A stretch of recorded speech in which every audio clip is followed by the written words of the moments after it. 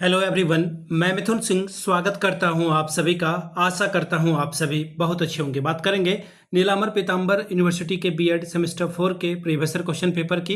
Paper आपका होगा creating an inclusive school. Paper का कोड है 401 और 2023-25 सेशन का ये क्वेश्चन पेपर है। हालांकि बहुत खराब स्थिति रही कि आपकी परीक्षा 2026 में कंडक्ट कराई गई है 15/5/2026 को, और ये यूनिवर्सिटी के लिए सबसे काला दिन है कि आप ऐसे एग्जाम ले रहे हो, रिजल्ट भी आप काफ़ी लेट से देते हो। इस वजह से ये जो है प्रॉब्लम आई है।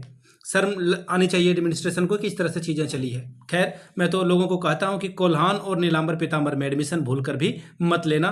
3 साल में ये बीएड कराते हैं, प्रत्यक्ष को प्रमाण की जरूरत नहीं, आप खुद से देख सकते हैं। तो चलिए आगे बढ़ते हैं। आगे बढ़ने से पहले मैं आपको बता दूं, अगर आपको पिछले 5 साल का PYQ चाहिए तो ये आपको 49 रुपीज़ में अवेलेबल करा दिया जाएगा। दूसरी बात, 199 रुपये में आपको सजेशन प्रोवाइड कर दिया जाएगा। अब सजेशन क्या होता है? सजेशन यानी कि वेरी वेरी इंपॉर्टेंट क्वेश्चन, ऐसे सवाल जो एग्जाम में पूछे जा सकते हैं, आंसर के साथ आपको प्रोवाइड कर दिया जाता है। सजेशन देखिए तैयार कैसे होता है। पिछले 10 साल के PYQ को स्कैन किया जाता है, उसके बाद इसे तैयार किया जाता है। दूसरी बात, आपका जो लेटेस्ट एग्जाम पैटर्न है उसके हिसाब से इसे तैयार किया जाता है। और तीसरी बात, आपका जो सिलेबस है, सिलेबस में जो टॉपिक है उसके आधार पर इसे तैयार किया जाता है। और आखिरी बात, मेरा खुद का एक्सपीरियंस, मैंने BEd MAd कर रखा और पिछले 2-3 सालों से अलग अलग यूनिवर्सिटीज़ में सजेशन देने का मैं काम कर रहा हूँ और काफ़ी अच्छी सफलता मुझे मिली है। अगर आप भी सफलता के भागीदार बनना चाहते हैं तो यहाँ से मेरी ईमेल आईडी आप देख लें, yourmithunsingh@gmail.com पे आप मुझे मेल कर सकते हैं। इंस्टा पे अगर आप हो, डू फॉलो मी @imithunsingh। बाकी आप मुझे व्हाट्सअप कर सकते हैं 7979054474 पे। तो चलिए, क्रिएटिंग एन इंक्लूसिव स्कूल के क्वेश्चन पेपर को हम लोग देखेंगे कि किस तरह का सवाल इन्होंने जो है पूछ रखा था। यहां से आप देख पाएंगे, ये रहा आपका सेमेस्टर 4 का question paper, creating an inclusive school 401। 2026 में एग्जाम हुआ है, लेकिन सेशन आया आपका 2023-25 का। 1.5 घंटे का वक्त, 40 नंबर का ये पेपर हुआ था।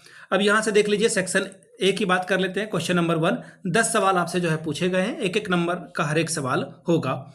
पहला सवाल, how many types of a special child? विशिष्ट बालक के कितने प्रकार होते हैं? 3, 4, 2 या फिर नन ऑफ दिस? तो देखिए, कहीं कहीं पे ना आपको ये 4 आंसर दिखेगा, कहीं कहीं पे मेरे हिसाब से ये नन ऑफ दिस होना चाहिए, क्योंकि आप स्पेशल चाइल्ड को कैटेगराइज नहीं कर सकते हैं। गूगल में आपको 4 दिखेगा, लेकिन मेरी जो समझ है उसके हिसाब से मैं आपको बता रहा हूँ, क्योंकि जो विशिष्ट बालक हैं, जो स्पेशल चाइल्ड है, उनका बहुत बड़ा दायरा है। आप उनके मानसिक तौर पर देखोगे तो कई बच्चे बहुत प्रतिभाशाली होते हैं विशिष्ट बालक, या फिर काफ़ी कम बुद्धि वाले होते हैं, रिटार्डेड होते हैं। इसके अलावा शारीरिक रूप से अगर आप देखोगे तो बहुत सारे बच्चे सुन नहीं सकते हैं, बोल नहीं सकते हैं। बहुत सारे लोगों का जो है अस्थि प्रभावित होता है। कुछ बच्चे जो है सामाजिक होते हैं, आई मीन एंटी सोशल होते हैं, जैसे कि अपराधी बन गए, वो संवेगात्मक रूप से यानी कि कॉग्निटिव रूप से जो है अस्थिर हो गए, या फिर शैक्षणिक आधार पर उनको जो है बांटा जा सकता है। तो मेरे हिसाब से आपको अगर नंबर लाना है या यूनिवर्सिटी कैसे मानती है तो 4 आप जा सकते हो, लेकिन मेरे हिसाब से ये नन ऑफ दिस इसका आंसर होना चाहिए। मैंने एक्सप्लेन कर दिया क्यों होना चाहिए। The provision of a horizontal reservation for दिव्यांग जन person in government service is of.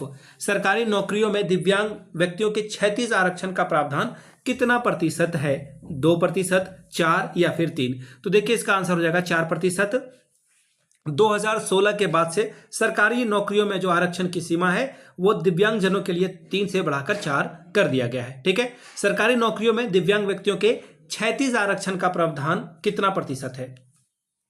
देखिएगा, ये जो वर्ड है ना, इस पर थोड़ा सा मैं बार बार आपको कह रहा हूं कि 36 आरक्षण कितना है, तो ये 4% होगा। ठीक है, मैंने दोबारा रिपीट इसलिए किया सवाल।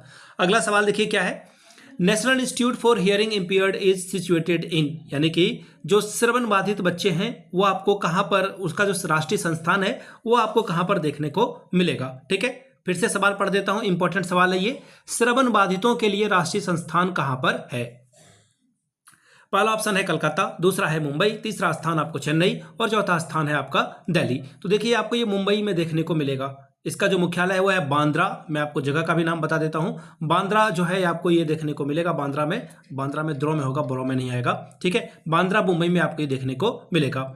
अब अगला सवाल देखिए क्या बोला गया है, which of this program should be organize by teacher? Teacher को इनमें से कौन सा कार्यक्रम उपलब्ध कराने चाहिए? वर्कशॉप कराना चाहिए, यानी कि कार्यशाला। बिल्कुल, वर्कशॉप कराने से बच्चे के अंदर जो है कोऑपरेटिव लर्निंग आएगा, बच्चा खेल कूद में एक दूसरे के साथ सीख पाएगा। सेमिनार कराना चाहिए, यानी कि कार्यगोष्ठी। बिल्कुल, कॉन्फ्रेंस यानी कि सम्मेलन कराना चाहिए। देखिए, इसका आंसर हो जाएगा ऑल ऑफ दीज, यानी कि ये सभी काम जो है टीचर को करने चाहिए। चलिए अगले सवाल की ओर हम लोग बढ़ेंगे। Which work done by the teacher for classroom management, कक्षा प्रबंधन के संदर्भ में अध्यापक को कौन कौन से कार्य करने पड़ते हैं? पहला है प्लानिंग, दूसरा है कोऑर्डिनेशन एंड गाइडेंस यानी कि संयोजन एवं निर्देशन, फिर है कंट्रोल, और फिर अगला ऑप्शन है ऑल ऑफ दीज। ध्यान से समझिएगा, कक्षा प्रबंधन के लिए अगर आप प्लानिंग करके नहीं आओगे तो आप क्लास को क्या पढ़ाओगे। फिर है अगर आपका कोऑर्डिनेशन और गाइडेंस ठीक नहीं है तो बच्चा आपसे सीख नहीं पाएगा, ट्रांसफर ऑफ लर्निंग नहीं हो पाएगी। कंट्रोल नहीं है तो जो क्लासरूम है वो आपका इनडिसिप्लिन हो जाएगा, बच्चे आपस में बात करेंगे या फिर ब्लैक बोर्ड की तरफ या फिर आपकी बातों पर वो ध्यान नहीं देंगे। तो आपका सबसे बेहतर आंसर होगा ऑप्शन नंबर 4। चलिए अगला सवाल। The practice of integrating all students even those who severe disabled into regular classroom is known as. उन सभी विद्यार्थियों को समेकित करने की बात, इंटीग्रेटेड एकल करने की बात, जोड़ने की बात का जो अभ्यास है, गंभीर विकलांग लोगों को भी जो है नियमित कक्षा में अगर आप शामिल कर रहे हैं उसे समावेशी शिक्षा कहा जाता है, इंक्लूसिव एजुकेशन कहा जाता है, या फिर समावेशन यानी कि इंक्लूसिवनेस भी कहा जाता है। ऑप्शन आपका 2 जो है करेक्ट हो जाएगा। चलिए अगला सवाल। In inclusive classroom children demonstrate which of the following. एक समावेशी कक्षा में, समावेशी कक्षा यानी कि जहां पर विशिष्ट बच्चे भी हैं, साधारण बच्चे भी हैं, अलग अलग भाषा बोलने वाले भी हैं, अलग जाति धर्म अलग अलग बच्चे हैं, सीधी सीधी बात है। तो ये किस तरह का प्रदर्शन करते हैं? विविधता की स्वीकृति दिखाते हैं और प्रशंसा में वृद्धि, बिल्कुल सही बात है। ये आप जो है एक्सेप्टेंस को जो है इंक्रीज करते हो और एप्रिसिएशन भी आप करते हो डाइवर्सिटी को। कोई किसी भी मातृभाषा से आया हुआ है, तमिल तेलुगु क्लासरूम में बोल रहा है, ये आपके क्लासरूम की विशेषता है। अगला है better communication and social skill यानी कि बेहतर संचार होगा और सामाजिक कौशल भी बढ़ेगा। ठीक है भाई, ये भी ऑप्शन आपका सही है। अगला है greater development in moral and ethical principle. देखिए हम लोगों को समझाया नहीं गया था, मैं आपको बचपन की बात बताता हूं। जो बच्चा लंगड़ा कर चलता था मैं उसे लंगड़ा कहता था, अंधा बहरा गूंगा, और वो टोन के रूप में मैं बोला करता था। टोन मतलब किसी को नीचा दिखाने के लिए बोला करता था। लेकिन जब मैं बीएड में इनरोल हुआ और चीज़ों को समझा तब मुझे पता चला कि कितनी गलत कामों को मैंने अप्रिसिएट किया, इंजॉय किया, ये बिल्कुल ही गलत है। यानी कि ये नैतिकता का जो गुण है वो आप जो है क्लासरूम में सीखोगे। और मैं आपको एक बात बताता हूँ, मैं बहुत प्रिविलेज्ड हूँ कि मेरे क्लासरूम में एक खुशबू दी थी जो 100% ब्लाइंड थी, वो देख नहीं सकती थी, और उनसे मैंने काफ़ी कुछ सीखा। तो बहुत शर्मिंदगी हुई कि मैं बहुत पहले जो है ऐसे ऐसे समाज में जो है चीज़ों को सीख रखा था। ऑप्शन 3 आपका करेक्ट होगा। सवाल अगला है। When was the national trust act passed for the disable person. दिव्यांग व्यक्तियों के लिए नेशनल ट्रस्ट अधिनियम कब पारित हुआ? 1999 में, 2009 में, 2015 में, या फिर 2006 में? तो देखिए क्वेश्चन नंबर एच का जो आंसर है वो 1999 हो जाएगा। यानी कि नेशनल ट्रस्ट एक्ट को जो है वर्ष 1999 में पारित किया गया। यह दिन अधिनियम क्या काम करता है? ऑटिज्म के खिलाफ, सेरेब्रल पैलेसी जो मानसिक मंदता है, या फिर जो बहुविकलांग वाले बच्चे हैं उनके कल्याण के लिए यह बनाया गया था। अगला सवाल। Dyslexia which learning is called disability. Dyslexia किस प्रकार के अधिगम दिव्यांगता को कहा जाता है? देखिए डिसलेक्सिया में आप पढ़ नहीं पाते हो, ठीक है। डिसकैलकुलिया में आप कैलकुलेट नहीं कर पाते हो, मैथ से वो रिलेटेड प्रॉब्लम है। इसके अलावा डिसग्राफिया में आप लिख नहीं सकते हो। तो फिलहाल आंसर आपका जो है पठन हो जाएगा। चलिए अगला सवाल देखते हैं। The main feature of inclusive class room या फिर स्कूल इज, यानी कि समावेशी विद्यालय की मुख्य विशेषता क्या है? प्रजातांत्रिक व्यवस्था यानी कि डेमोक्रेटिक सिस्टम, बिल्कुल सही। रिस्पॉन्सिबल इंस्ट्रक्शन यानी कि जो इंस्ट्रक्शन देगा वो अकाउंटेबल होगा, रिस्पॉन्सिबल होगा, बिल्कुल सही बात है। कलेक्टिव कल्चर यानी कि सब मिलकर सहयोग से आगे बढ़ने की संस्कृति वहां पे आपको देखने को मिलेगी। आंसर आपका फिर से एक बार ऑल ऑफ दीज हो जाएगा, यानी कि ऑप्शन नंबर 4।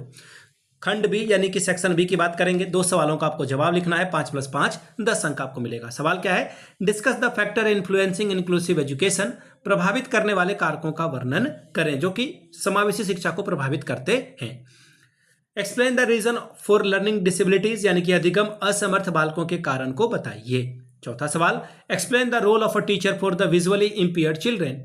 दृष्टिबाधित बालकों की शिक्षा हेतु अध्यापक की भूमिका का वर्णन करें। 5वां सवाल। Explain the reason for the hearing impaired. श्रवण बाधित बालकों के कारण को बताएं कि कैसे उनके अंदर जो है सुनने की क्षमता कम हो गई। बात करेंगे सेक्शन सी की। 2 सवाल करने हैं, 10-10 20 अंकों का ये सवाल होगा। सवाल क्या है? Explain the concept of inclusive education. समावेशी शिक्षा की अवधारणा को स्पष्ट करें। अगला है discuss the adaptation relative curriculum in inclusive education, समावेशी शिक्षा में पाठ्यक्रम संबंधी अनुकूलन का वर्णन करें। 8वां सवाल, explain the learning disabled children with characteristics, अधिगम असमर्थ बालकों का वर्णन करते हुए उनके विशेषताओं का वर्णन करें, चर्चा करें। सवाल नंबर 9, enlist and discuss the major development of school curriculum with reference to policy perspective, नीति के परिप्रेक्ष्य में के संदर्भ में स्कूल के पाठ्यक्रम के प्रमुख विकास की सूची बनाएं और चर्चा करें।